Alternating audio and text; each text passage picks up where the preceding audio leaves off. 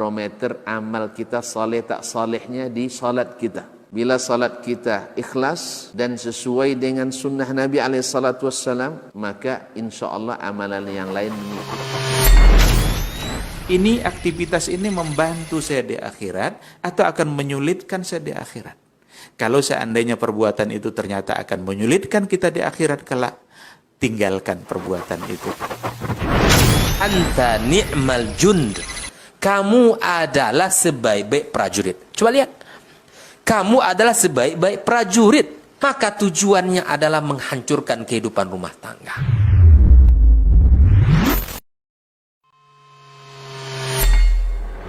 Di para sahabat itu, kaum muslimin, yang terbayang bagi mereka itu adalah infak.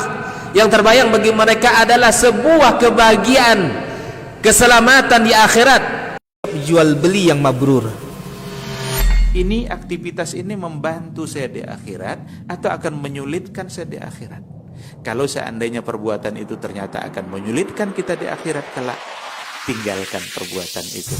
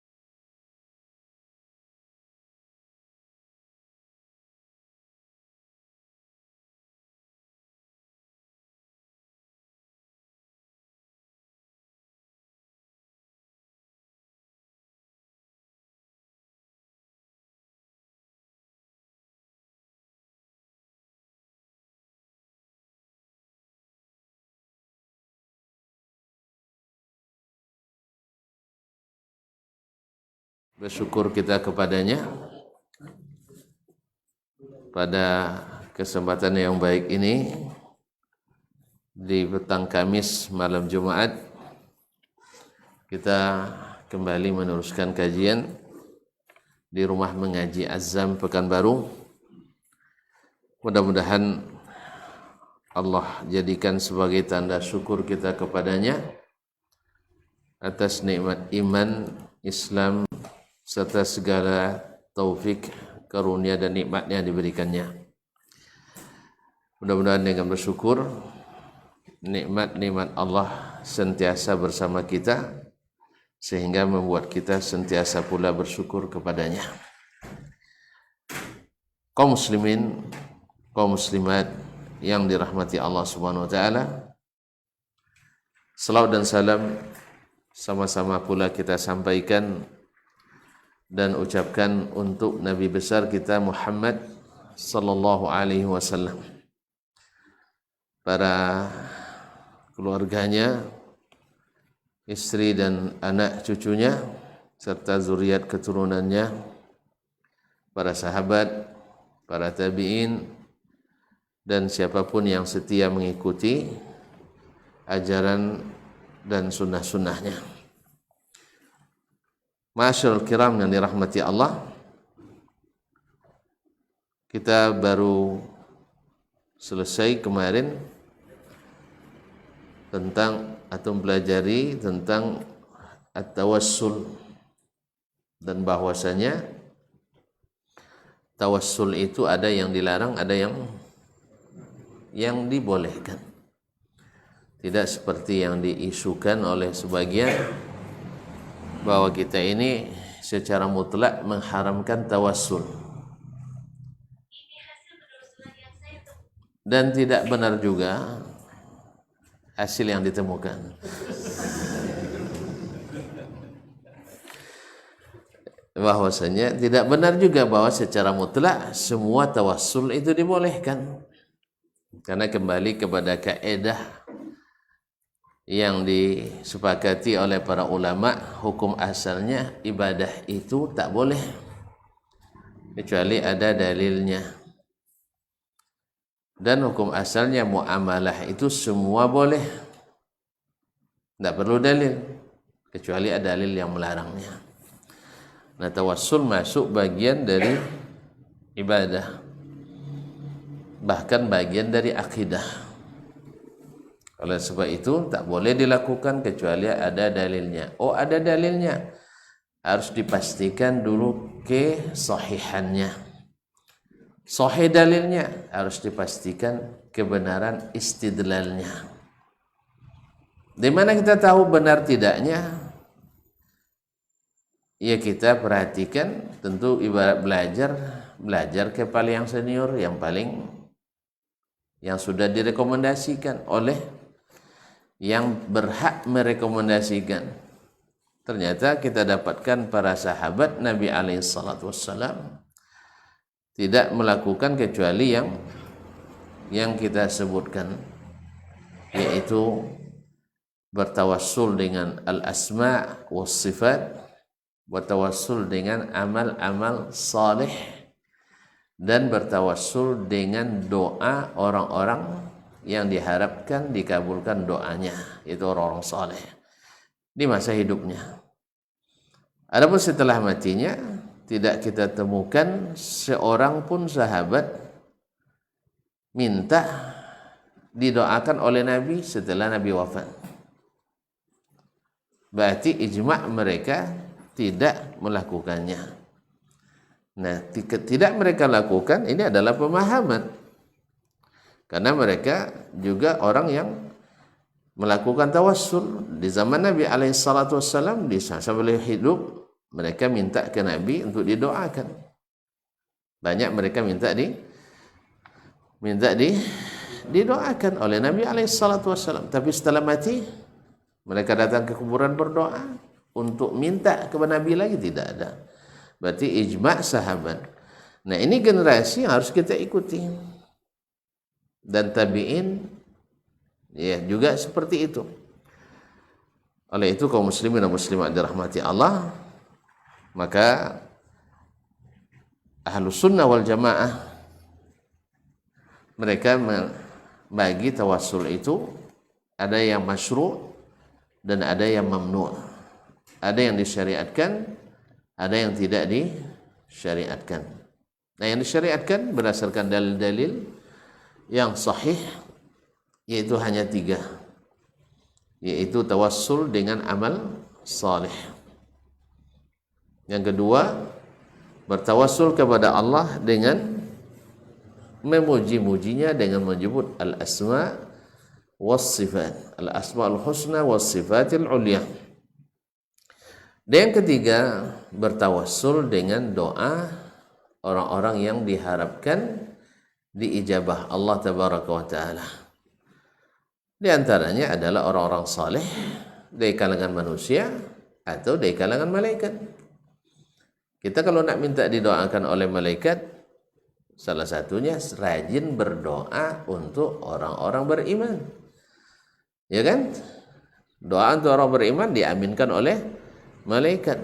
Kemudian rajin menunggu salat antara azan dan qamat, didoakan juga oleh malaikat. Atau rajin selesai salat duduk di masjid sampai datang lagi salat berikutnya. Misalnya lepas subuh duduk sampai zuhur. Kenapa ketawa? Didoakan oleh malaikat.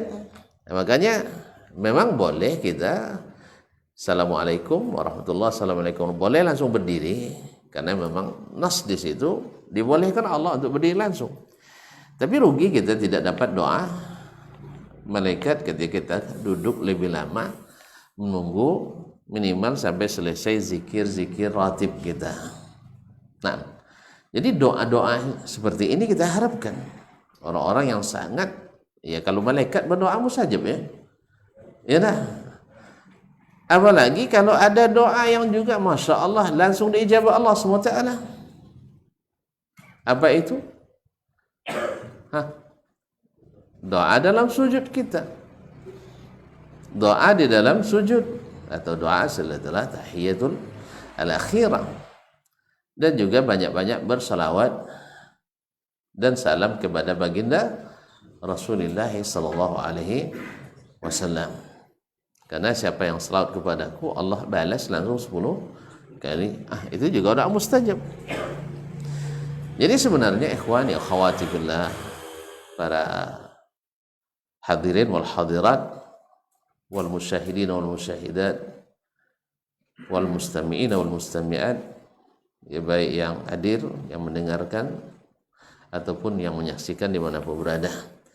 Kalau seperti kata Fudail ibn Iyad Abidul Haramain rahimahullah, andainya antum setiap dapat ilmu dari sunnah Nabi sallallahu alaihi wasallam, antum amalkan, antum akan disibukkan oleh itu, tidak perlu cari yang lain daripada sunnah Nabi. Cuma setiap dapat ilmu tidak diamalkan, seperti orang yang menyuap makanan tapi dilemparkan ke belakang, suap ke belakang, suap ke belakang, kapan kenyangnya? Makanya ketika orang tidak melaksanakan sunnah Nabi sallallahu alaihi wasallam, bahkan justru menganggapnya ringan, akhirnya dia terpaksa mikir cari yang lain. Dapat satu, kurang puas, direnovasi lagi dan inovasi lagi, cari yang lain. Makanya sebenarnya andainya orang seperti para sahabat dulu, setiap yang dapat dari Nabi diamalkan, mereka sibuk oleh mengamalkan itu, sehingga tidak buat sesuatu yang baru. Andainya antum sibuk dengan tawassul yang masyru' tadi, sering-sering memuji Allah dengan al-asma'ul husna, ya Razzaq, ya Wahhab, ya Hafiz, ya Alim, dan kita minta sesuai dengan muqtada asma'ul husna dan sifat tadi. Sibuk dengan itu, atau kita sibukkan dengan berbuat amal saleh. Pokoknya saya harus buat amal saleh hari ini, ikhlas karena Allah, dan saya bertawassul dengan amal itu. Atau kita sibukkan dengan hanya berminta kepada orang-orang yang masih hidup, kita tidak akan mencari-cari yang lain lagi. Cuman itulah sifat manusia itu, suka seperti kata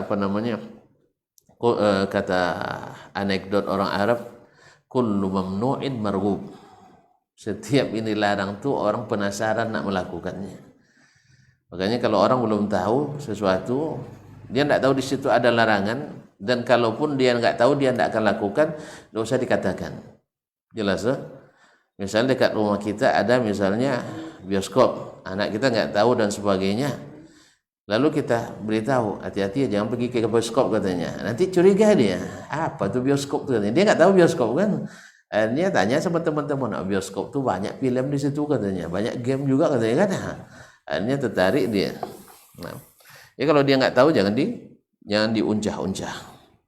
Baiklah kaum muslimin dan muslimat dirahmati Allah. Sekarang masuk pada masalah yang juga berkaitan dengan masalah akidah, yang bisa kalau salah pasang bisa merusak tauhid kita atau tauhid uluhiyah kita, yang memang para nabi dan rasul alaihi wassalatu wassalam banyak pada umumnya untuk merealisasikan tauhid ini, karena ini memerlukan wahyu.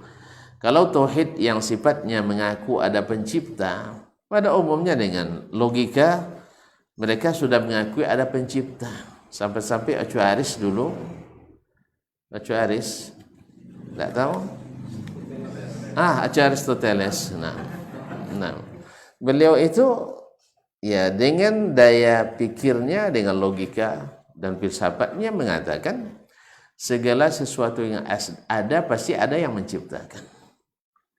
Ya kita sepakat tidak ada sesuatu kecuali ada yang menciptakan. Cuman siapa? Dia nggak tahu. Dia menyebutnya faktor X. Sehingga segala sesuatu yang tidak dikenal, ada orang mati tak diketahui identitasnya, Mr. X atau Mrs. X. Jadilah lambang. Jadi kalau X biasanya yang tak diketahui. Ya sampai-sampai mobil baru pun kalau ada X di situ berarti belum lunas itu. Kan ada plat yang warna putih itu. Kalau masih XY atau XX, kata Ahmad masih berutang tuh katanya. Dia ngasih tahu, saya tidak tahu tuh. Nah, tapi kalau sudah Y biasanya sudah lunas. Betul tuh. Yo itu kan yo. Nah, tapi kalau X masih belum jelas. Jelas jadi faktor X. Nampaknya wallahu alam. Tapi kalau sudah yo artinya la yo dia punya. Nah. Jadi tapi kalau untuk tauhid uluhiyah mesti ada diajarkan oleh para nabi dan rasul. Kau tidak pasti menyimpang. Lama antara Nabi Adam dengan Nabi Nuh terjadi penyimpangan. Ya tak? Lama antara Nabi Ibrahim dan Ismail dengan Nabi Muhammad sallallahu alaihi wasallam di Makkah terjadi penyimpangan. Lama jarak kita dengan Rasulullah sallallahu alaihi wasallam dan kita tidak ngaji terjadi penyimpangan. Karena lama tidak ngaji, banyak kena mah ketika ngaji. Ya, orang lama tidak makan, tiba-tiba makan, naik asam lambungnya. Makanya sebagaimana kita menjaga makan teratur, sebaiknya juga kita menjaga ngaji teratur. Biar nak kena mah. Kalau kena mah itu bahaya. Makan salah, tak makan salah. Nah. Qala rahimahullah, qala al-muallif hafizahullah, syaddur rihali ila quburil anbiya'i was salihin.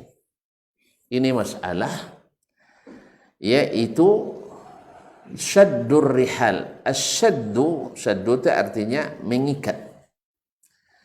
Syadda atau menarik dengan kuras. Ar-rihal itu jamaah rahilah, yaitu kendaraan. Artinya melakukan perjalanan. Ya sengaja musafir, karena orang musafir itu biasanya mengikat bawaannya di kendaraannya. Jelas ya? Kan diikatkan itu. Dulu apalagi mobil-mobil lama itu kan, kalau naik onta, naik kuda, biasanya diikatkan. Nah, syaddur rihal yaitu anjuran melakukan perjalanan ila kuburil anbiya, ke kuburan para nabi, was salihin, dan orang-orang saleh. Ini kalau dibahas berat juga untuk zaman sekarang, karena tidak sedikit dia sudah menjadi PAD, sumber PAD,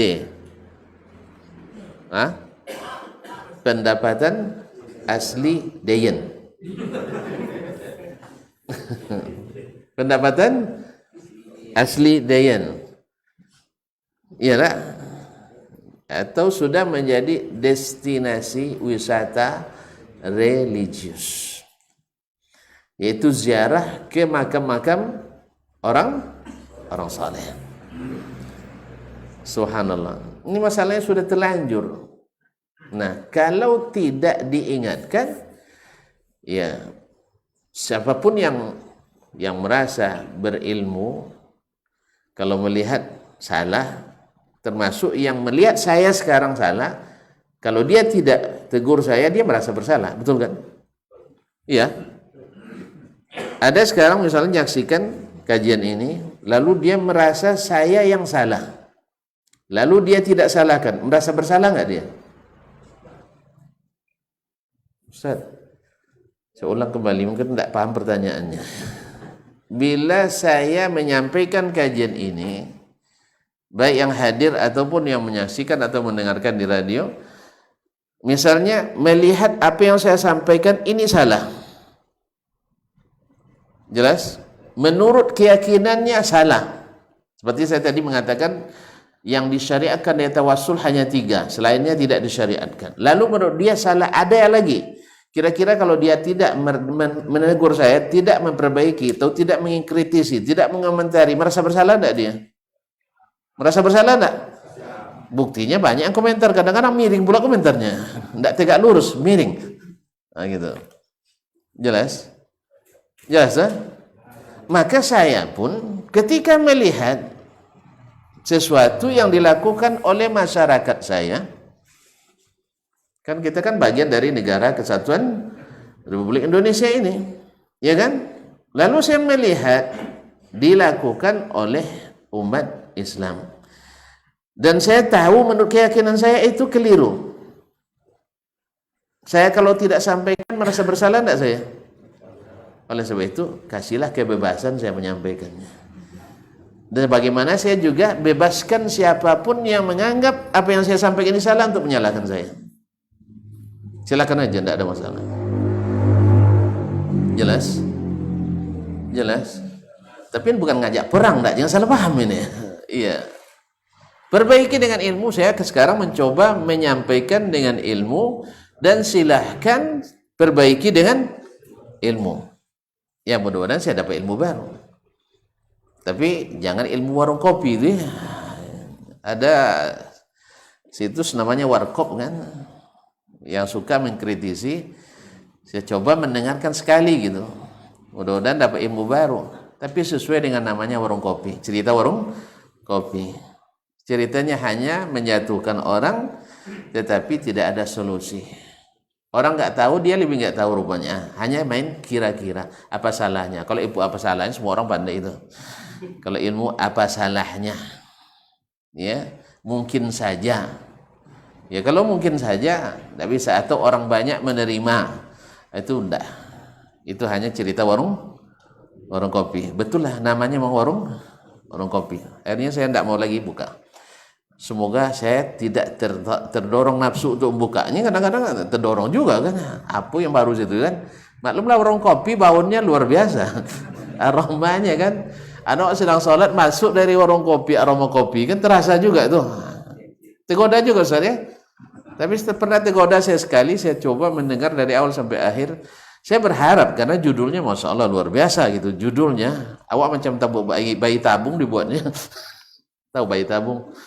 Enggak tahu, biar aja lah. Enggak usah cari. Kaum muslimin dan muslimat di mana. Saya berharap memang ada ilmu baru gitu. Tapi buang-buang waktu jadinya karena memang cerita warung kopi, warkop. Nah, baiklah kaum muslimin dan muslimat dirahmati Allah SWT. Jelas itu yang saya maksud tadi. Nah, silahkan diperbaiki dengan ilmu. Ya, silahkan diperbaiki dengan ilmu. Dan saya mencoba pula menyampaikan dengan ilmu yang saya ketahui. Tidak bukan juga pakai buku pula malah ini. Saya tuan-tuan kalau tidak pakai buku salah juga, pakai buku salah juga. Nah. Pakai buku salah juga, tidak pakai salah juga. Lebih baik pakai buku aja ya. Biar antum serang bukunya bukan saya gitu. Kaum muslimin dan muslimat dirahmati Allah. Wa amma ziyaratul kubur. Adapun ziarah kubur, fayarawna jawazaha. Ahlul hadis memandang ziarah kubur itu dibolehkan. Kalau ada yang mengklaim bahwa kita mengharamkan ziarah kubur, berarti itu cerita warung kopi memang. Kalau dapat tuduhan itu dari warung kopi memang. Ya warung kopi kan biasalah campur-campur. Nah, kadang minta kopi setengah penuh ayu kan. Kopi setengah penuh ayu. Nah. Jadi ilmunya setengah tapi macam penuh. Wa amma ziyaratul qubur fayarawna jawazaha ala wajhil i'tibar wa tadhakkur. Ahli hadis melihat bahwa ziarah kubur boleh, tapi tujuannya lil i'tibar, untuk mengambil pelajaran, wa tadhakkur, dan mengingatkan diri bahwa kita akan seperti itu. Itu ingatkan pada mati.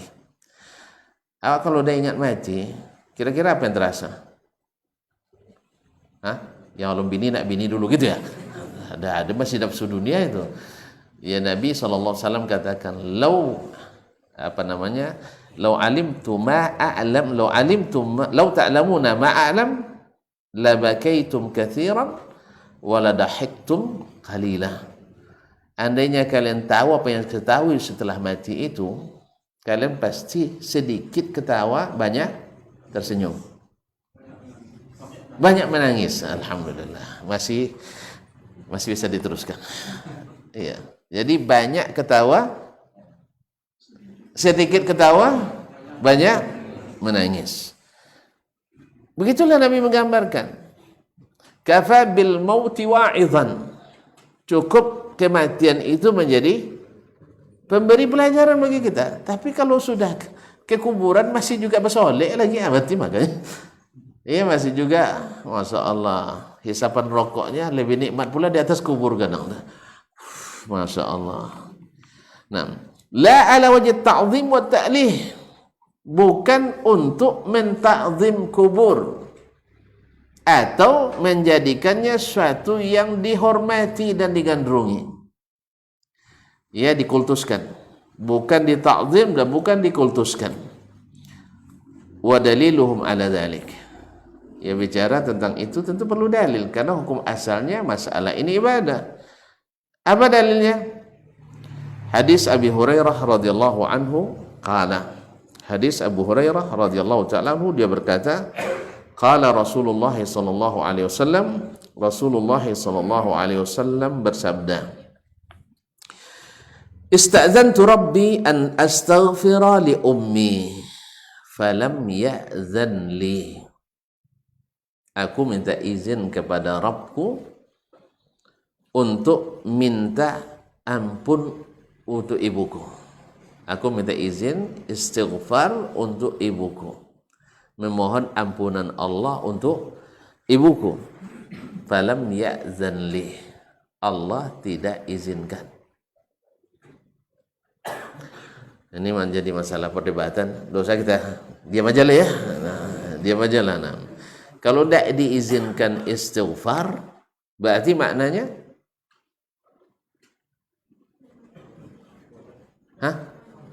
maknanya bukan orang beriman. Karena tidak dilarang kita istighfar kecuali, tidak dilarang kita minta ampun kecuali untuk orang. Pahami pertanyaannya dulu. Kita dilarang minta ampun kecuali untuk orang beriman. Betul itu. Kalau yang tadi tidak. Ya. Kita dilarang memohon ampun kepada Allah kecuali untuk orang beriman. Nah, mafhumnya, kalau Allah larang nabinya minta ampun untuk ibunya, maknanya, ya tidak usah disebutkan, nanti berdebat tuntut. Nah, ya, yang penting paham kan? Nah, ini masalah memang diperdebatkan oleh para ulama. Ya, kalau berdasarkan kasihan, tidak etis, tidak logis, tidak ini dan sebagainya, ya memang siapa pula rela. Jangankan buat ibunda Nabi, ibu kita saja, bahkan ibu teman kita, ibu guru kita, tidak rela kita dia masuk neraka, apalagi ibunda Rasulullah sallallahu alaihi wasallam. Tapi beginilah datang nasnya kepada kita. Buktinya ada enggak Nabi Allahumma ighfirli wa li walidayya? Pernah tuan-tuan mendengar Nabi mengucapkan Allahumma ighfirli wa li walidayya? Ada enggak?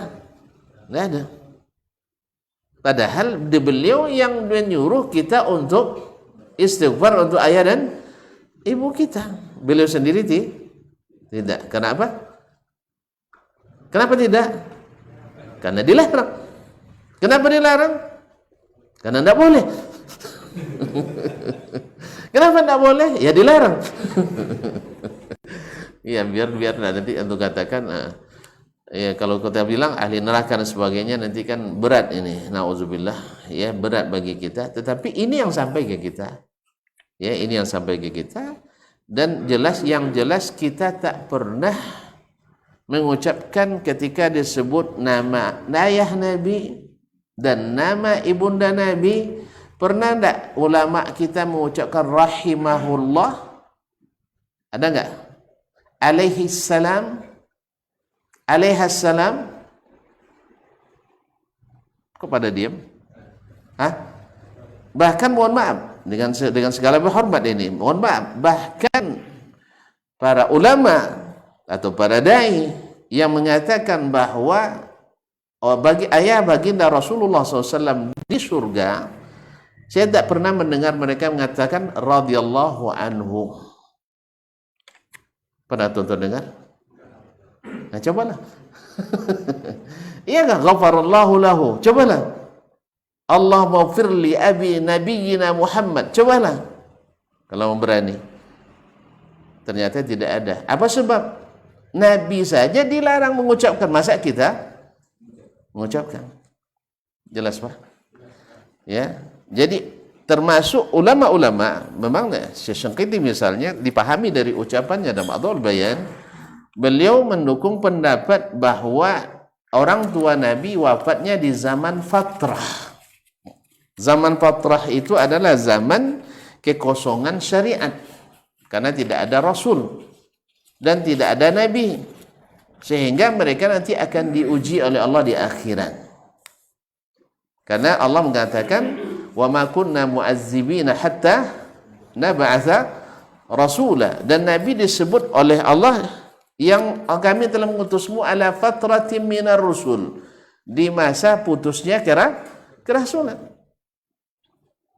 Ini makna-makna mutlak seperti umum seperti ini yang menjadi pijakan ulama yang membolehkan atau yang mengatakan orang tua Nabi kita alaihissalatu wassalam tidak di neraka.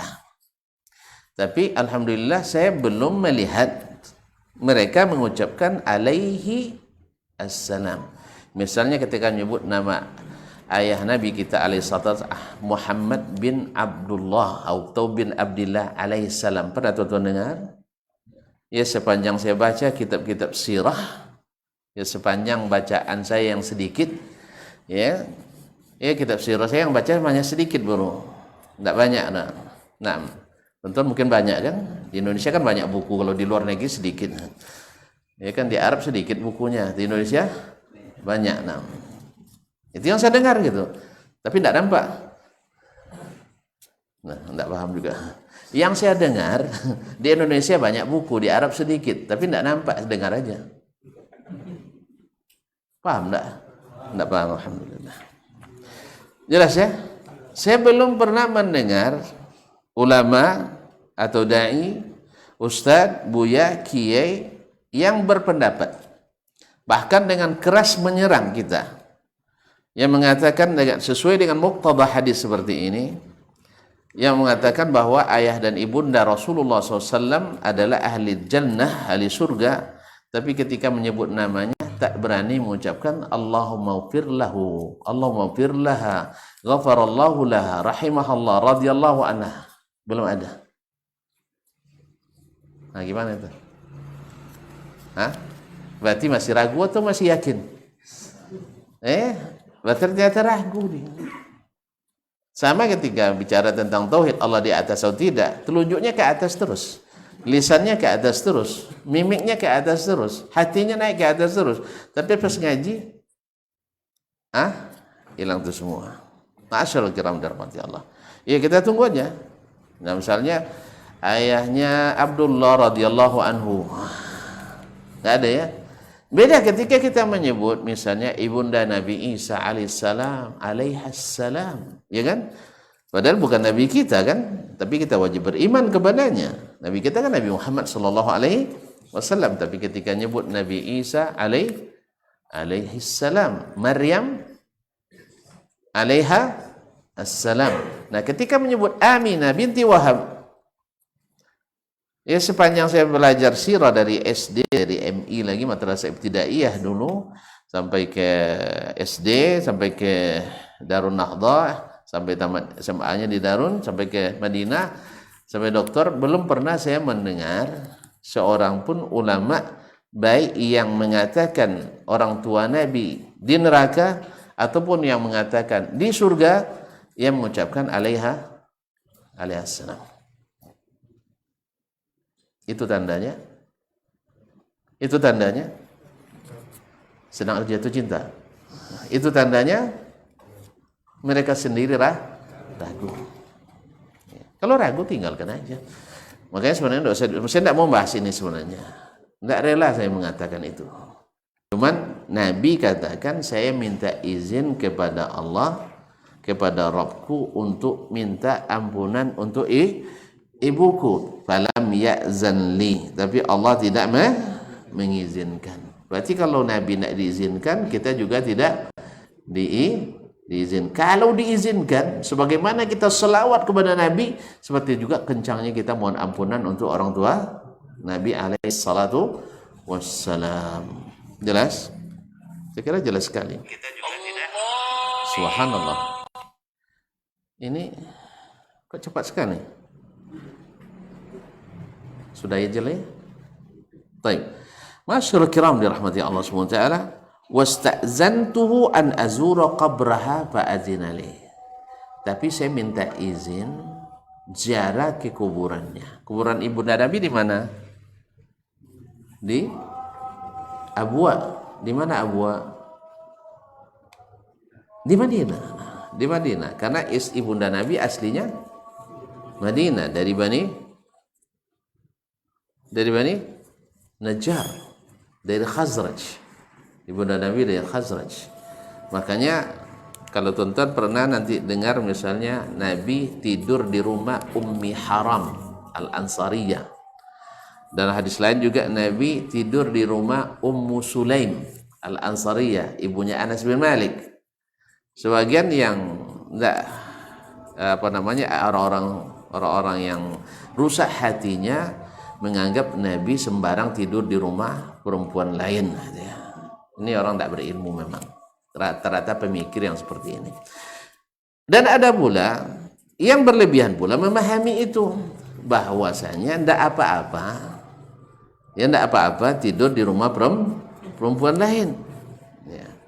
Tapi yang benar, Nabi melarang kita masuk ke rumah wanita yang tidak ada mahramnya. Ya, andai pun ada kebutuhan dan hajat atau darurat, misalnya nak membantu, jangan sendiri masuk, harus bersama. Mana tahu kan berteriak dia tolong katanya. Kadang modus, kadang hati-hati. Ya, karena terjadi. Kadang dia minta tolong, rupanya tolongnya lain gitu. Hati-hati. Jadi itu kalau ada wanita nanti tak tolong, apalagi masih muda ya, janda pula. Ya, jangan langsung masuk, panggil saya dulu. Iya, minimal panggil teman gitu, jangan sendiri. Harus ada orang lain. Kalau tidak minimal antum dicurigai. Dicurigai. Orang kan tidak tahu. Dia tidak dengar panggilan tadi, tidak tahu dia panggilan darurat, tidak tahu dia 911 kan. Nah, baiklah kaum muslimin dan muslimat. Antum dia calling saya nanti ya. Baiklah kaum muslimin dan muslimat dirahmati Allah. Nah, jadi sebenarnya Ummu Sulaim dan Ummu Haram adalah bibi sepersusuan Nabi alaihi salatu wasalam. Karena orang Arab itu dulu suka menyusukan anaknya ke orang lain di Badia. Maka ibu Nabi ada garis keturunan sepersusuan dengan Ummu Sulaim dan Ummu Haram, seperti yang ditahqiq oleh Syekh Ali bin Abdullah Sayyah, seorang pakar hadis dari King Saud University di Arab Saudi. Ini yang hasil penelitian beliau, wallahu taala alam. Kita azan dulu, setelah itu sambung lagi. Tidak masalah. Nanti malam tidak apa-apa. Iyalah, silakan.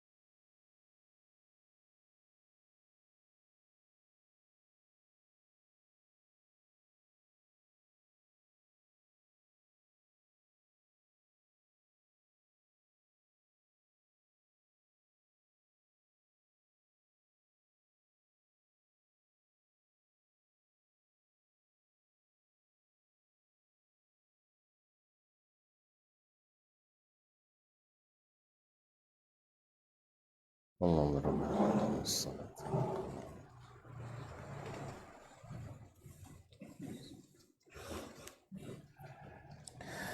Ma'asyiral muslimin, ma'asyiral muslimat, al-hadirin wal hadirat, wal mustami'in wal mustami'at, wal musyahidin wal musyahidat. Bapak dan Ibu kaum muslimin dan muslimat yang hadir ataupun menyaksikan dimanapun berada, rahimanillah wa iyyakum. Kemudian beliau mengatakan wasta'zantuhu an azura qabraha fa'adina li. Ketika Anda izinkan minta ampunan, saya minta izin. Ya, karena Nabi SAW tidak melakukan sesuatu kecuali dengan izin Allah. Makanya banyak kata-kata beliau yang dikatakan ketika diminta oleh sahabat melakukan sesuatu, dia katakan inna lam nu'zan, kita belum diizinkan. Misalnya hijrah, Nabi berapa kali ditawari hijrah oleh sahabat. Kenapa nak hijrah ya Rasulullah? Abu Bakar juga sering nanya ke Nabi, kapan hijrah? Kata Nabi SAW, lam nu'zan, belum dapat izin. Ketika Umar minta ke Nabi SAW, awak ni dah bagak, kan Umar masuk Islam kan? Waktu itu kan sebelum masuk Islam kan centeng jahiliyah, centeng Makkah dia. Ya mohon maaf ya, bahasa mungkin tak tepat ini.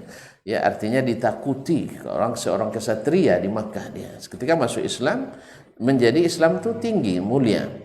Nah, kan dia datang ke Nabi, kita benar tak Rasulullah? Benar, engkau betul Rasulullah apa enggak? Katanya gitu ya. Pertanyaannya detail gitu.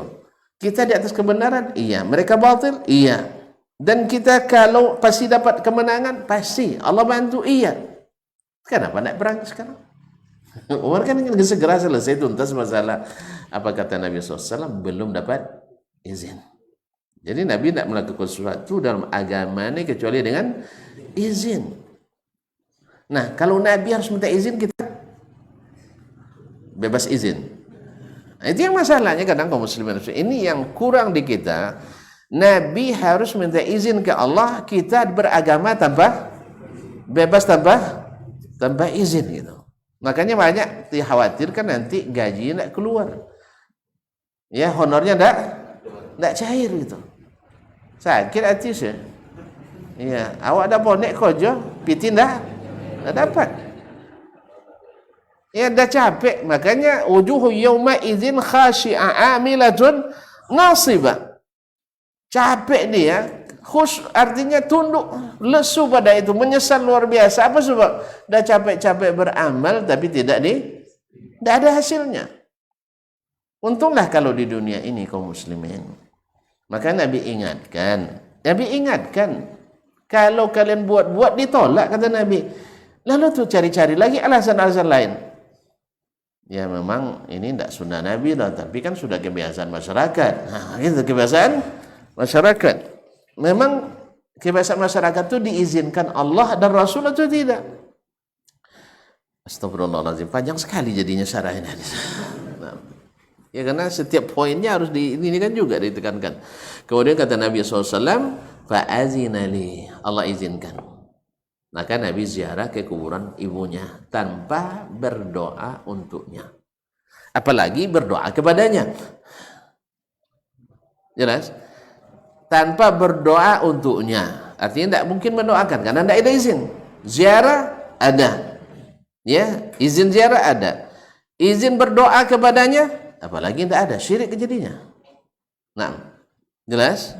Mendoakannya tidak boleh, apalagi berdoa kepadanya.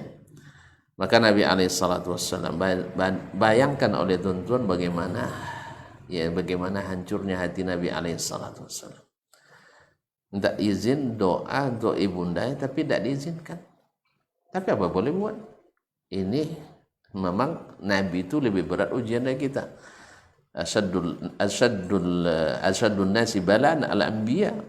Manusia yang paling dahsyat ujiannya para Nabi. Ya kalau kita disebut ayah kita masuk neraka, hendak dia masuk Islam gitu ya.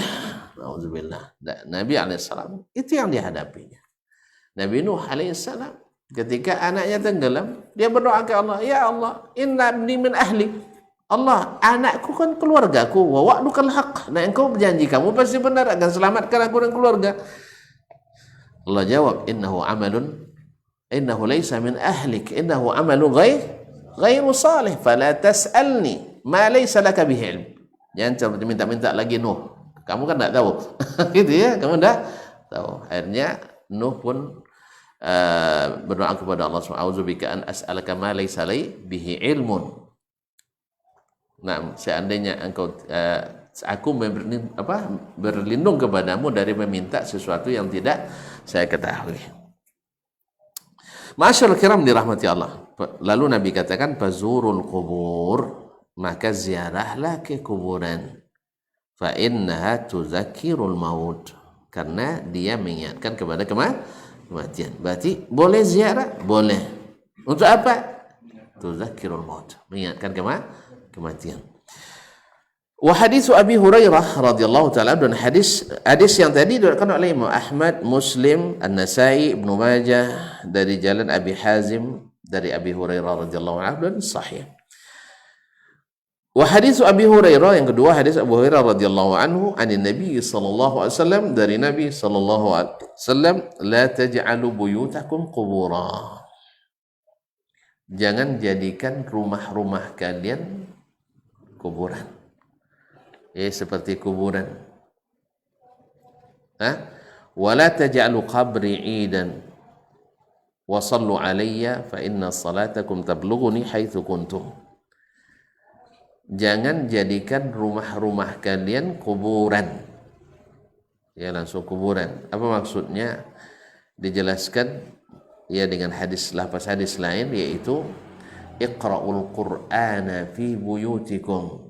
Baca Quran di rumah kalian. Wala taj'aluha qubura. Jangan jadikan rumah kalian seperti kuburan. Mafhum mukhalafahnya, Quran dibaca di mana? Di kuburan. Di rumah. Artinya hidupkan baca Quran di rumah. Kau enggak baca Quran kecuali di kuburan. Itu makanya jin-jin kuburan itu pada berlarian. Pas lewat rumah kita, masuk dia ke rumah. Rumah ada dangdut. Dan jin suka dangdutan memang. Jadi ketika orang pada ngaji di kuburan, keramai ngaji kuburan kan, terganggulah jin tuh. Akhirnya dia lari. Pas lari, dan lewat rumah kita. Rumah pun sedang dangdut. Akhirnya ini tempat yang bagus nih katanya. Makanya kaum muslimin dan muslimat, baca Quran itu banyaknya di rumah, bukan di kuburan. Wala taj'alu buyutakum quburan. Jangan jadikan rumah kalian sebagai kuburan. Wala taj'alu qabri 'idan. Dan jangan jadikan kuburanku sebagai idan. Sebagai id. Apa id? Idul Fitri, Idul Adha, untuk tempat hari raya atau berraya.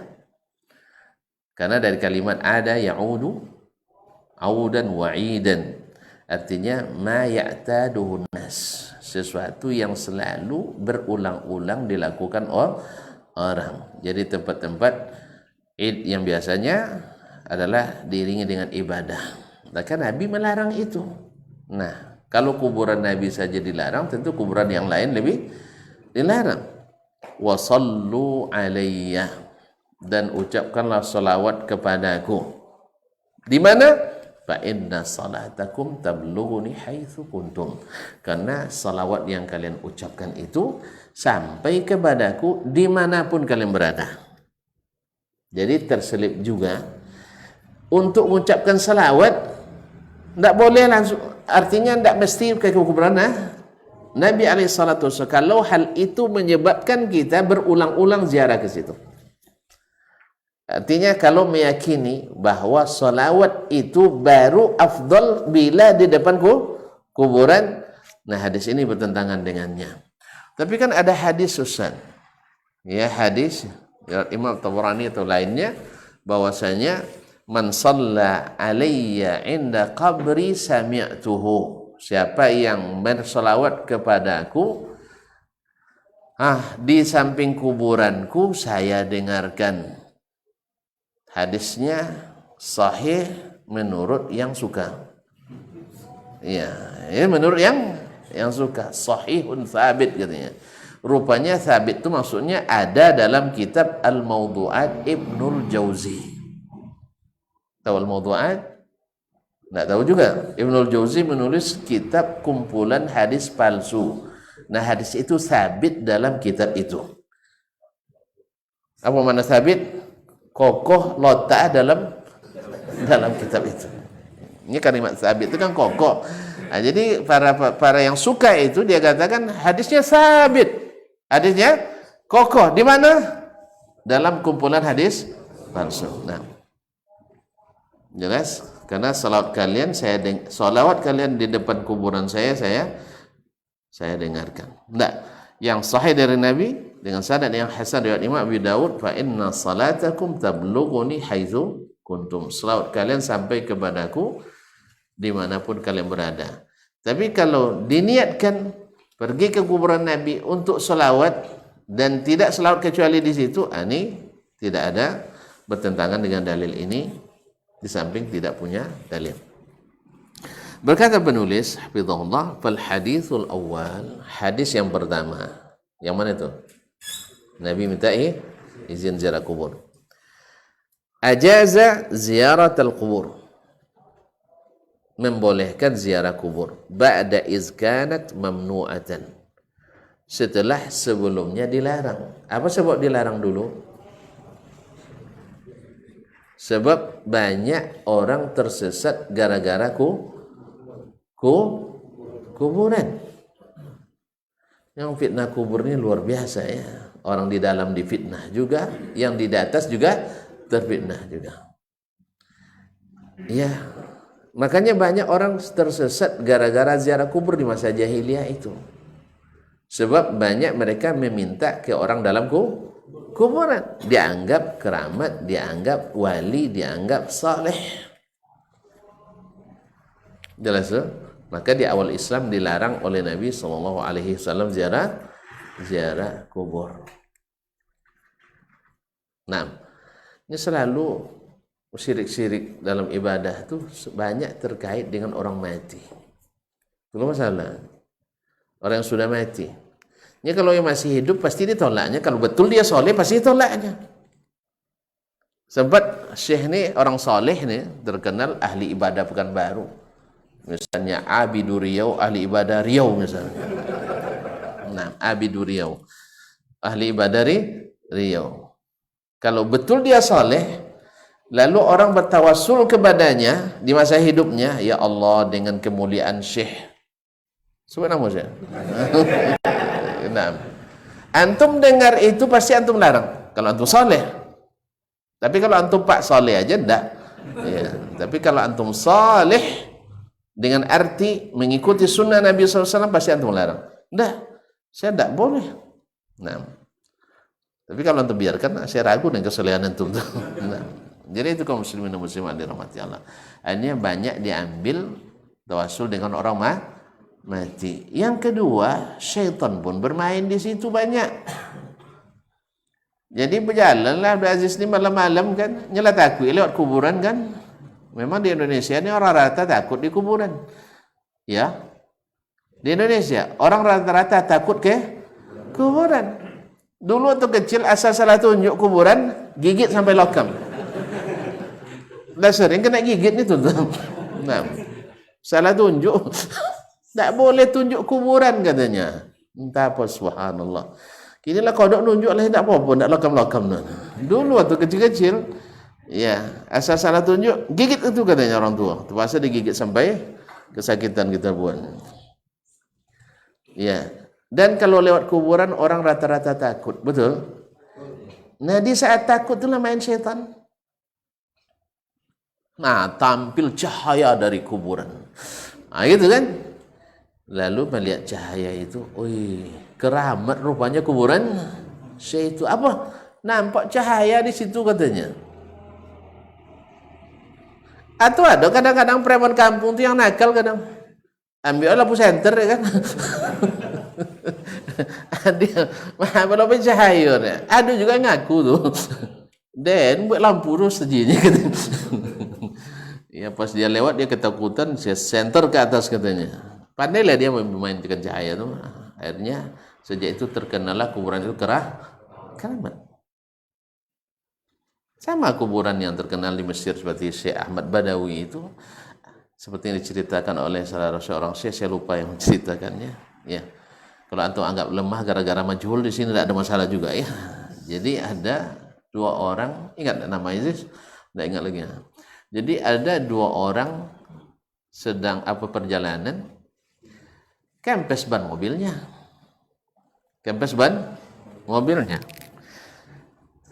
Pas kempes mobilnya, sambil memperbaiki tadi, wah ini peluang bisnis nih katanya. Dia orang biasa, orang tidak ngerti agama. Dianggap ini sebagai peluang bisnis. Memang dicobanya. Carinya kaleng-kaleng bekas, lalu ditaruhnya di situ, ditulisnya kuburan wali. Kan lama juga mencari mencari memperbaiki mobil itu kan. Alhamdulillah banyak duit masuk situ. duit masuk di situ. Akhirnya duit itu bisa untuk biaya ban yang kempes tadi. Akhirnya besok mereka pikir ini bagus dibangun ini. Ya karena potensi. Akhirnya terkenalah kuburan itu sebagai kuburan keramat karena sudah dibangun dengan batu entah apa, batu porselin, batu yang mahal-mahal itu. Akhirnya menjadi destinasi wisata religius. Nah, syaitan akan main nanti. Orang-orang yang tidak tahu, tidak berilmu, dimainkan. Ya, pergi dia ke kuburan misalnya, tidak ada dikasih sedekah. Nanti pas makan mules dia. Nanti ditafsirkan barangkali karena tidak kasih sedekah. Pas dia ke situ, kasih sedekah, hilang mulesnya. Padahal sebelumnya sudah minum entrostop sebenarnya. Ya Allah musta'an. Jadi siapa yang pastikan cahaya itu cahaya keramat? Siapa? Rata-rata juga tidak dengan ilmu. Makanya ada ketika ada yang mengatakan ke saya, ceritakan ada si fulan dia nuntut belajar ya sampai ke tingkat hakikat gitu. Jadi bisa sholat tanpa jejak kakinya ke lantai. Saya bilang, saya ingin hadir ketika dia sholat. Ya, saya ingin hadir dia ketika dia sholat. Kalau masih bisa, saya nak belajar. Saya nak belajar. Iya apa sebenarnya? Karena pasti ada rahasia di situ. Kalau alasannya antum harus masuk dulu jalan kami, baru kami buka, berarti ini sudah melimpah. Sudah melimpah. Harus picikan mata dulu, benar. Ya picing mata setengah jam dulu katanya. Nah, kalau sudah pakai main picing mata nipu tuh tuan-tuan. Kan main nipu tuh main cinduk-cinduk atau ketek tuh. Ya picing mata, hilang semua, mana cari. Ya kan? Itu ilmu kenek-kenek dulu udah tahu gitu kayak gitu picing mata. Coba jangan pakai picing mata. Allah musta'an. Alhamdulillah sampai di sini belum pernah saya diberi kesempatan untuk melihatnya. Ada pula yang sholat di atas pohon kan? Ngapain di atas pohon sholat? Mungkin payah-payah aja. Nah. Ada pula yang coba sholat di atas air. Airnya terbenam. Haula wala quwwata illa billah. Ala kulli hal. Dan ini makanya fitnah kuburan itu luar biasa kaum muslimin. Di sinilah pentingnya kita berilmu. Di sini pentingnya berilmu. Maka Nabi katakan wala taj'alu qabri 'idan. Jangan jadikan kuburan kan sebagai tempat ibadah. Wa sallu alayya fa inna salatakum tabluni haitsu kuntum, karena salawat kalian sampai kepadaku dimanapun kalian berada. Maka hadis pertama membolehkan kita ziarah kubur. Iz kanat mamnu'an, setelah sebelumnya dilarang. Saddan li zara'i'is syirki wal i'tiqadi fil quburi wa ashabiha, untuk menutup jalan kesyirikan dan jalan keyakinan-keyakinan yang diyakini terhadap kuburan dan orang-orang yang di kuburan itu. Jadi kenapa dilarang oleh Islam? Supaya tidak ada keyakinan-keyakinan sesat, keyakinan-keyakinan yang menyimpang dari keyakinan Islam. Mimma kana alaihi ahlul jahiliyah, yang dulu sudah biasa di masa jahiliyah. Falamma istahkamat tauhidu fi qulubihim, di saat tauhid sudah menguasai hati mereka, artinya sudah dominan tauhid di dalamnya. Wa tamakkana minhal iman, dan iman sudah kokoh dalam hati manusia. Ajazah syari', kembali diizinkan oleh pembuat syariat, siapa? Allah dan Rasulnya sallallahu alaihi wasallam, ala wajhi tazkiri, dengan tujuan untuk mengingatkan, wal idhati, untuk memberi nasihat dan pelajaran, wal ibrah, dan mengambil ibrah. Ini dulu apa nih, masya Allah ya, orang Baga tuh di Pasau, nggak tahu kan orang Baga di pasar kan, sehingga orang ketakutan terus kalau dia lewat, dan selalu pungutan liar. Ada cerita dulu, tapi tentu suka cerita juga. Nggak usah lah ya, nggak usah lah nanti. Nah, nggak usah lah. Ma'asyiral kiram dirahmati Allah semua. Akhirnya ujung-ujungnya ke kuburan juga. Jadi ibrah bagi kita. Ini orang, na'udzubillah, mati dalam kehinaan. Ya orang Baga tapi dikeroyok orang pasar itu. Misalnya, la qadarallah. Atau masya Allah, orang yang mati dalam menuntut ilmu misalnya, atau jihad fisabilillah, juga jadi ibrah bagi kita. Masya Allah, alangkah beruntungnya orang ini, ya, husnul khatimah, mati di hari Jumat sedang sholat, mudah-mudahan tanda husnul khatimah. Atau ada orang yang masya Allah, ya, orang yang senantiasa berbakti kepada ayah dan ibunya, sampai-sampai kan dalam riwayat itu dia tidak makan dan istri serta anaknya kecuali setelah orang tuanya. Nah, mati dalam keadaan demikian, masya Allah, akhirnya terdorong pula kita untuk memperbaiki akhlak kita pada orang tua. Jelas ya? Atau misalnya abang ini betul-betul barokah hidupnya, uangnya memang banyak, sehingga banyak pula istrinya, dan adil di antaranya, dapat ibrah pula antum. Mudah-mudahan lepas ziarah itu langsung dapat duit banyak, dan misalnya dan ibrah. Atau mati dalam keadaan miskin, alhamdulillah, ya ternyata kaya miskin sama juga tempatnya. Maka itu barangkali hikmah juga kaum muslimin, kenapa kuburan tak boleh dibina, supaya ibrahnya lebih nampak. Raja pun kuburannya sama dengan rakyat biasa, tapi setelah dibina, besok saya kalau mati ada nggak dibangun seperti ini kan? Apalagi kalau di kota besar, karena kuburan dibangun nggak pakai pajak, nggak bayar pajak, digali orang. Nah, orang tidak berilmu risau dia kuburannya digali, ya kan? Sama dengan kita kalau tidak punya rumah disuruh pindah dikontrakan. Padahal tidak ada masalah, nak dikubur tak dikubur, nak dipindah tak dipindah kubur, nak bayar pajak tak bayar pajak, orang mati tak ada masalah, yang hidup bikin masalah.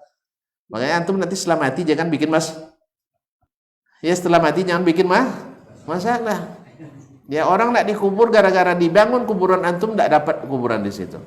Akhirnya terpaksa penggalangan dana lagi bikin lahan kuburan baru. Biarin aja lah kuburan seperti biasa. Nak digali tidak. Yang menentukan bukan itu.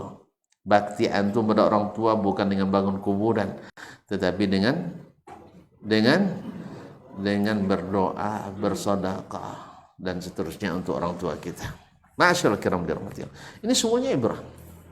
Nah, ajazah syari' ala wajh kama huwa zahirun min qawlihi sallallahu alaihi wasallam, seperti yang tidak payah dipahami, zahir, langsung nampak, langsung paham kita kan dari perkataan Nabi sallallahu alaihi wasallam, fa innaha tuzakkirul maut, karena dia mengingatkan pada kematian. Oleh sebab itu kita dengan datang ke kuburan, ya, semangat untuk bersiap mati itu lebih naik dibanding kalau jarang datang ke kuburan. Sama kita kunjungi orang yang sakit, kita dalam keadaan sehat, tahu kita harga sehat itu kaum muslimin muslimat. Terbayang oleh kita, kalau sempat saya begini nanti, padahal di waktu sehat tak pernah rajin ibadah, apa yang akan saya harapkan?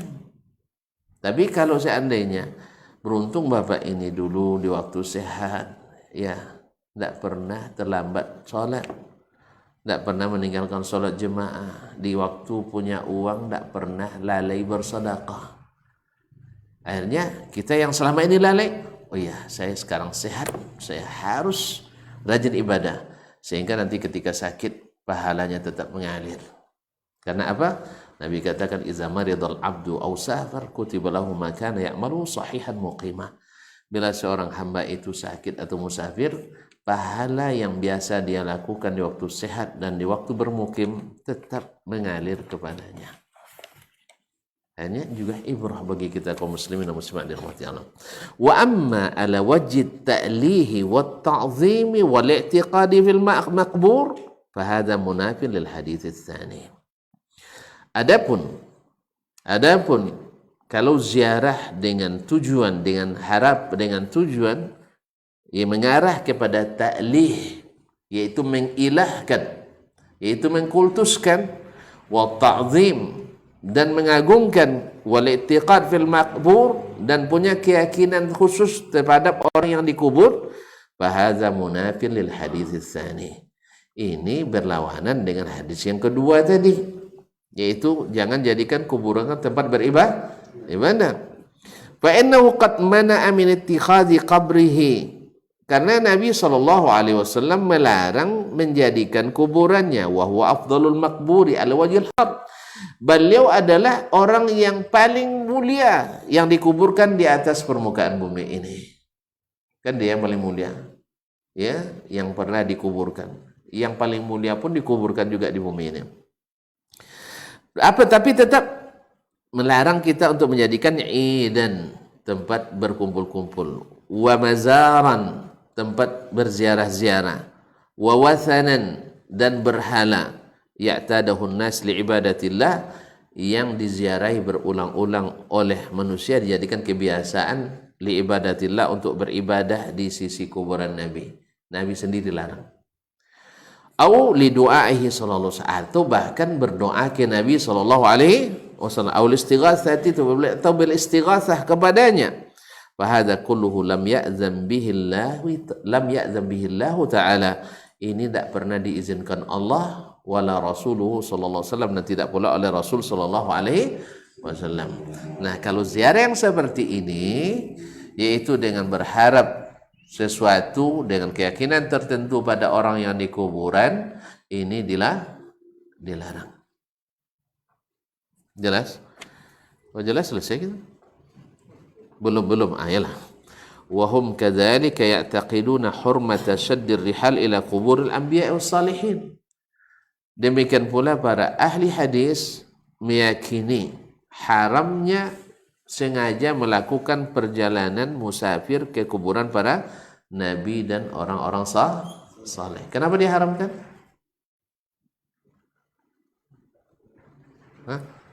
Karena tidak setuju gitu ya.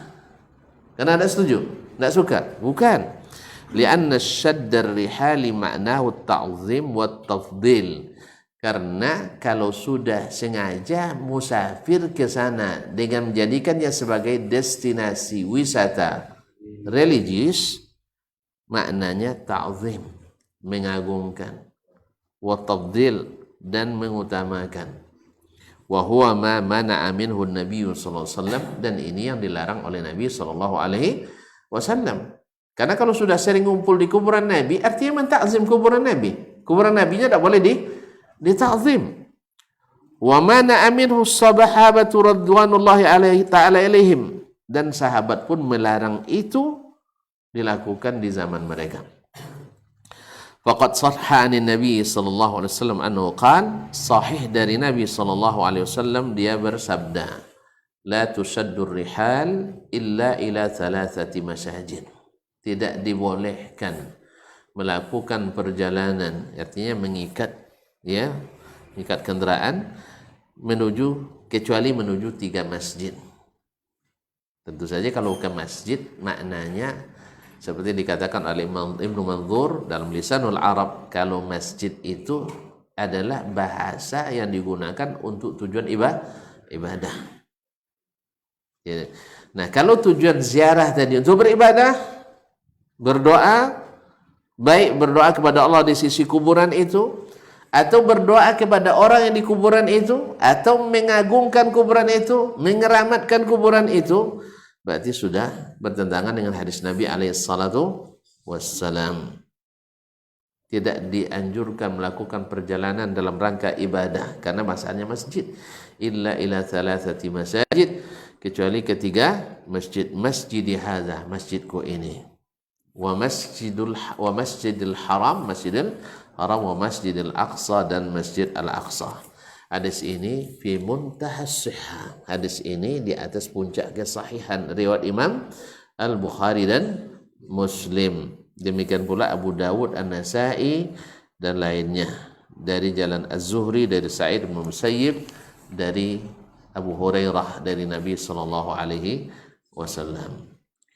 Wal masjidu iza utliqa urida bi makanul ibadah.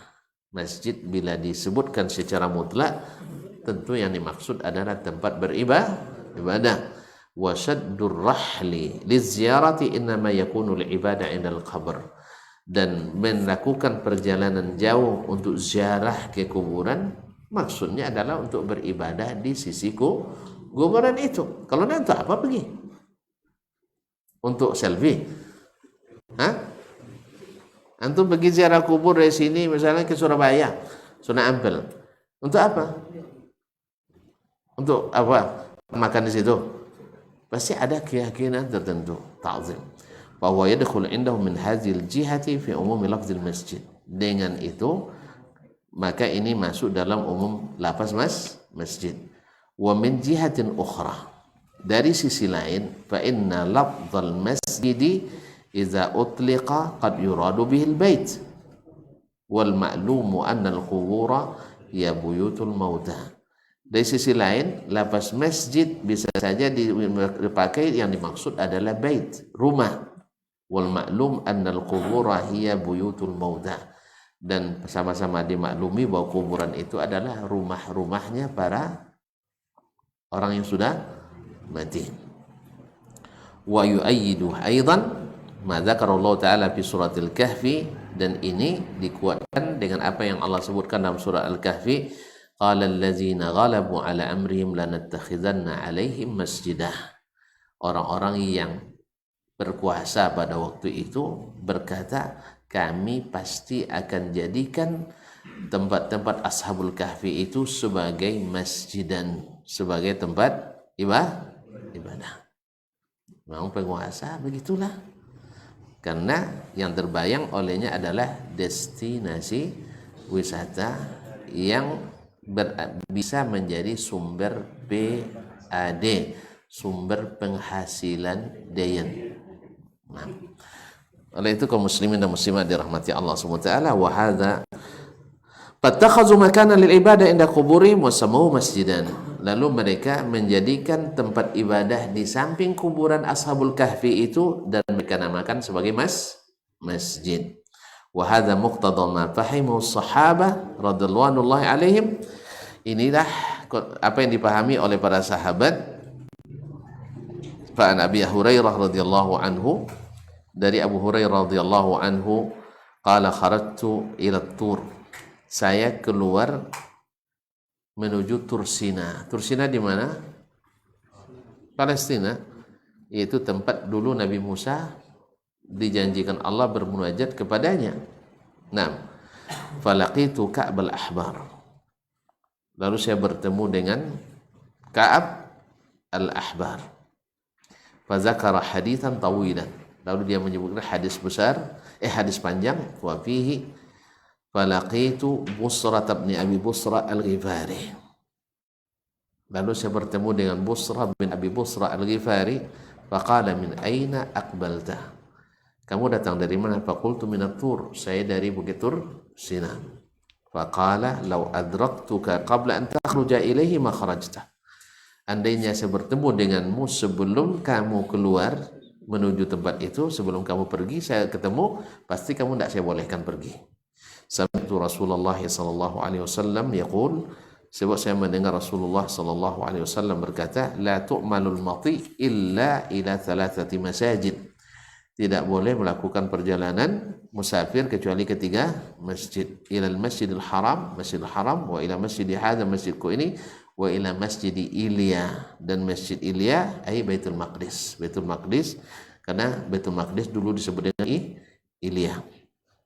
Yaitu hadis riwayatkan Imam Malik dan Al-Muwatta dan Nasa'i dan sanadnya sahih. Ma'asyiral kiram dirahmati Allah.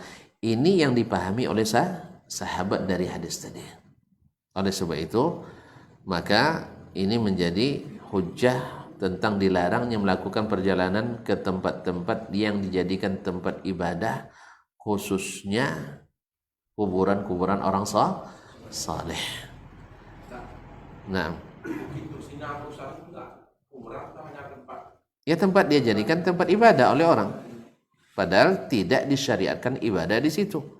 Kenapa dijadikan tempat ibadah? Karena dulu tempat munajat Nabi Musa, yang bukan kuburan saja dilarang, apalagi kuburan.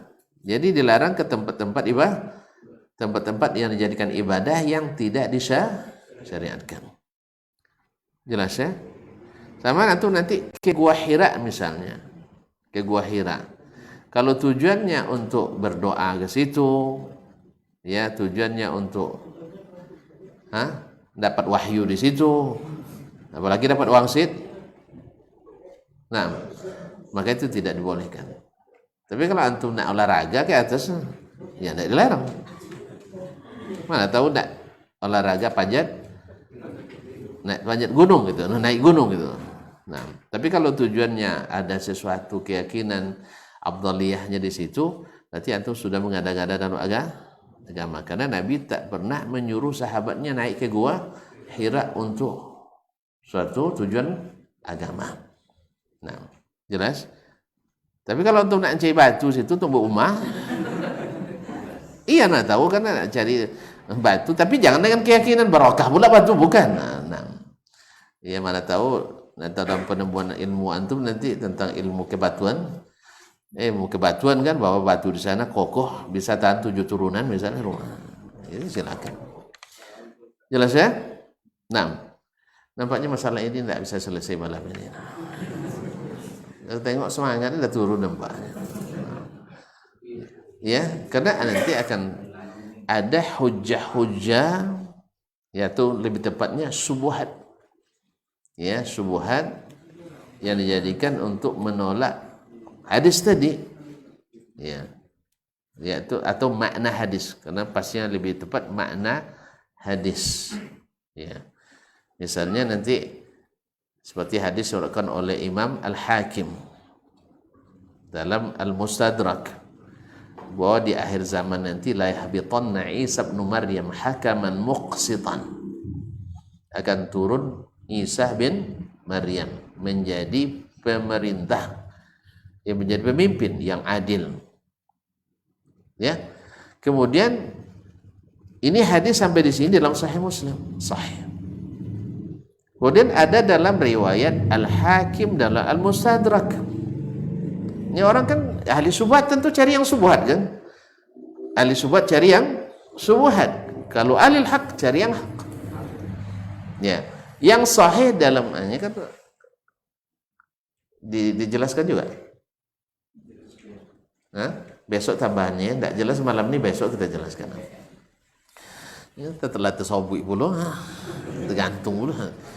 Jadi, baik, anda tutup kita biar semangat antum dengarnya. Nah, jadi hadis ini yang sahihnya sampai pada bahwa Nabi Isa akan turun menjadi hakim yang adil, bukan hakim, jadi pemimpin yang adil. Dengan apa? Dengan syariat Nabi. Bukan syariat Nabi Musa Isa lagi, tapi dengan syariat Nabi Muhammad sallallahu alaihi wasallam. Dalam hadis nanti akan disebutkan dia akan mematahkan salib, membunuh babi-babi dan seterusnya. Nah, dan menghukum jadi pengikut Nabi Muhammad sallallahu alaihi wasallam. Nah, dalam riwayat Al-Hakim ada tambahan. Wala ya'tiyanna qabri, dia pasti akan datang ke kuburanku, hatta yusallima alayya, sampai dia mengucapkan salam kepadaku. Ini menjadi pegangan oleh ahli syubhat untuk membolehkan ziarah ke kuburan, pertama kuburan Nabi dalam rangka beribadah, sudah itu ke kuburan wali, ya, kuburan wali. Wali macam-macam dulu tuh, ada yang wali desa, ada wali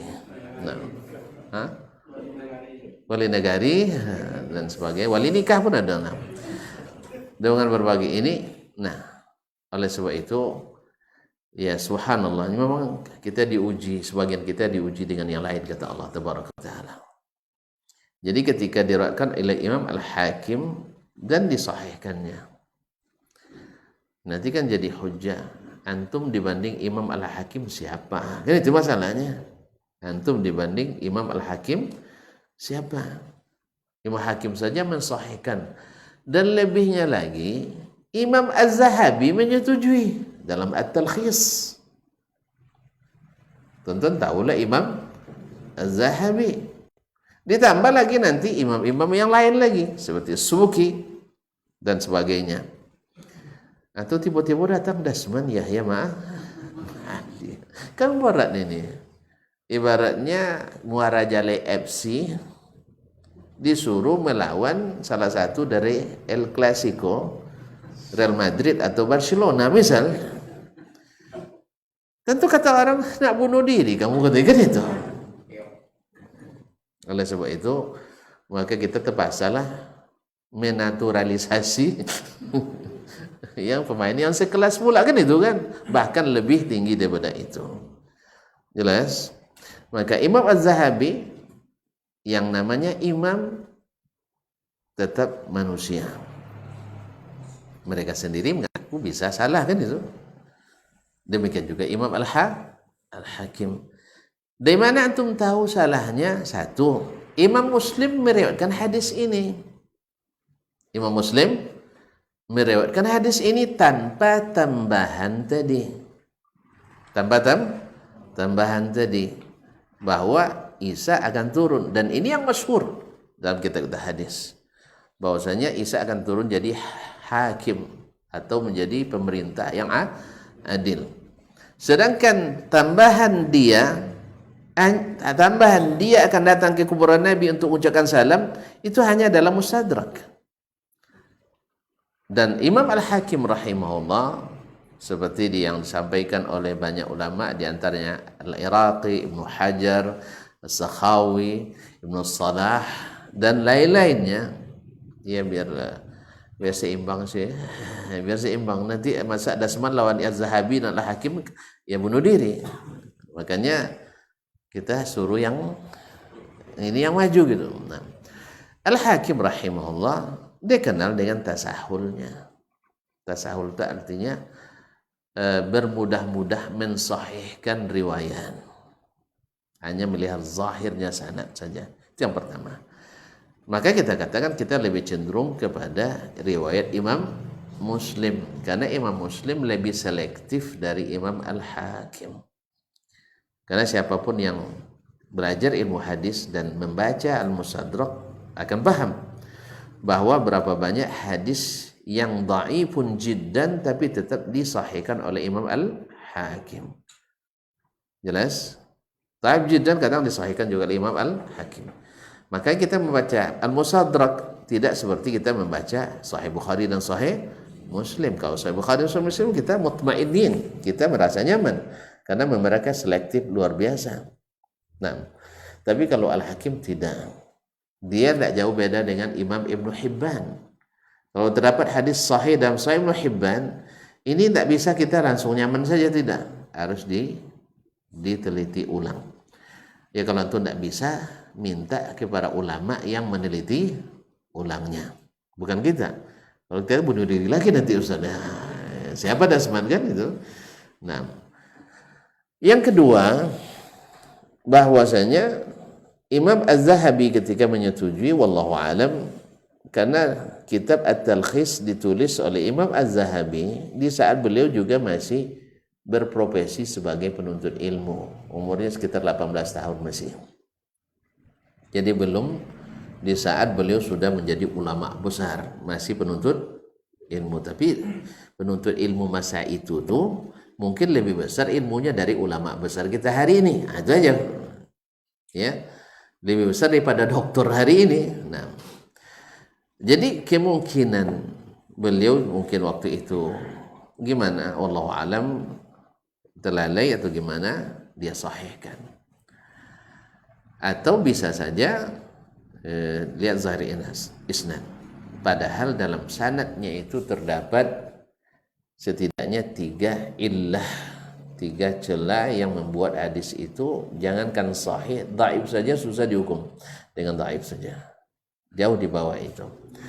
Yang pertama, Atha yang meriwayatkan dalam sanad Al-Hakim itu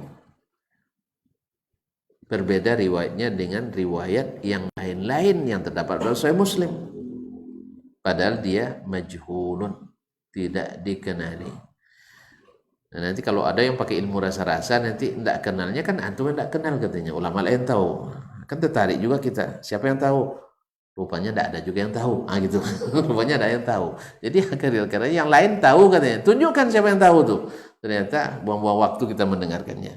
Bisa saja yang lain, oh bisa saja, ilmu bisa saja tidak masuk di sini. Ya, dalam ilmu hadis tidak bisa ilmu bisa saja atau kira-kira menurut saya tidak. Ya, kalau memang ada yang tahu, kasih tahu bahwa dia disikohkan oleh si fulan misalnya. Baik. Yang kedua, kaum muslimin dan muslimat dirahmati Allah Subhanahu wa taala, riwayat ini di dalam sanadnya juga terdapat mukhalafah. Di samping dia majhul juga mukhalif lis-siqat. Berbeda dengan riwayat yang siqat. Nah, dalam hal seperti ini riwayatnya mungkar. Makanya ziyadahnya itu mungkar. Kemudian dihukum mungkar oleh Imam Abu Zur'ah radhiyallahu taala rahimahullah, ditanya oleh Ibnu Abi Hatim, ya Abu Zur'ah Ar-Razi, salah seorang pakar ilalul hadis, dia katakan ketika ditanya oleh ada keponakannya yang juga muridnya Abdurrahman ibn Abi Hatim Ar-Razi seperti dalam Al-Ilal, dia katakan bahwasanya ini ghairu mahfuz, tidak dihafalkan dalam riwayat yang sahih. Lalu dia mengisyaratkan riwayat yang dikeluarkan oleh Imam Muslim tadi. Wallahu ta'ala alam. Dengan demikian maka tambahan ini insyaallah akan lebih kita tegaskan lagi nanti pada pertemuan yang akan datang. Karena tuan-tuan sudah mulai loyo sekalian. Ini macam puasa masih. Ya, padahal tidak ada wisol kan. Oleh sebab itu kita tutup aja sampai di sini dulu. Artinya akan ada perdebatan, itu intinya. Akan ada perdebatan. Karena yang suka akan bertahan dengan itu. Cuman kita ambil yang sahih dan sarihnya, tinggalkan yang tidak sahih dan yang syubhatnya. Ini kan jelas Nabi bilang tidak dianjurkan. Lalu antum bilang ambil riwayat-riwayat yang tadi sudah saya sebutkan 2 tadi. Yang pertama maudhu' tadi kan, dalam Maudhu'at Ibnu Jauzi, bahwa kalian salawat di depan kuburan kan aku dengarkan. Dan Nabi alaihissalam, ini hadisnya palsu, dihukum palsu oleh imam yang memang punya kitab khusus tentang hadis-hadis palsu. Yang kedua hadis ini, yaitu Isa bin Maryam alaihissalam, dia akan turun nanti jadi pemerintah yang adil, tetapi tidak ada tambahan dalam Sahih Muslim dan yang lainnya bahwa beliau akan datang ke Madinah untuk mengucapkan salam ke Rasulullah SAW. Sehingga dengan demikian tambahan ini ada tambahan yang mungkar. Wallahu musta'an. Nanti akan dituduh kita karena tidak setuju, dibilang didhaifkannya hadis katanya. Kan gitu. Enggak. Silakan aja disahihkan tapi dengan benar. Tapi kalau hanya dengan kebesaran Imam Al-Hakim, ya kita jawab dengan kebesaran Imam Abu Zur'ah Ar-Razi. Ya, itu aja. Kebesaran Imam Az-Zahabi kita jawab dengan Imam Ahmad rahimahullah ta'ala. Tapi mereka yang lebih dekat dengan masa riwayat dan mereka lebih paham tentang cacat dan tidak cacatnya sebuah riwayat. Tapi tidak pakai kira-kira, tidak pakai karena banyak yang menerima, enggak. Ya, menurut saya kira mungkin saja ini mungkin seperti ini, enggak bisa dijadikan dalil dalam mensahihkan sebuah riwayat. Wallahu taala alam. Wassallallahu ala nabiyyina Muhammadin wasallam. Mohon maaf dan terima kasih. Subhanakallahumma bihamdik asyhadu an la ilaha illa anta astaghfiruka wa atubu ilaik. Wassalamualaikum warahmatullahi wabarakatuh.